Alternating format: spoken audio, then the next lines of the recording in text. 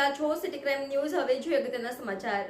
Amreli Shantaba medical કોલેજના inter ડોક્ટરો દ્વારા કરાયા ધરણા। અમરેલી શાંતાબા મેડિકલ કોલેજના ઇન્ટર ડોક્ટરો દ્વારા કરાયા ધરણા। અમરેલી મેડિકલ કોલેજના 200 ઉપરાંતના ઇન્ટર ડોક્ટરો દ્વારા સ્ટાઇફંડની રકમ મુદ્દે ધરણા। અમરેલી શાંતાબા જનરલ હોસ્પિટલના પટાંગણમાં મેડિકલ કોલેજના ઇન્ટર ડોક્ટર દ્વારા ધરણા શરૂ કરવામાં આવ્યા। ડોક્ટરોને સ્ટાઇફંડની રકમ 10,000 મળતી હોવાથી નારાજ। સરકારી ધારાધોરણ મુજબ 8,200 આપવાની ઇન્ટર ડોક્ટરોની માંગણી। 2 દિવસ પહેલા ઇન્ટર ડોક્ટરો દ્વારા અમરેલી કલેક્ટરને આવેદનપત્ર આપ્યું હતું।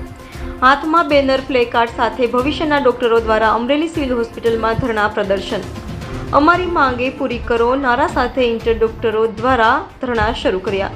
Reporter Bhavesh Vaghela, city crime news, Amreli. ડોક્ટરો દ્વારા જે રીતે અત્યારે ધરણા પદ્ધતિ ભર ધડકામાં યોજી રહ્યા છે, કેમ 18,200 નહીં ને 10,000 આપો?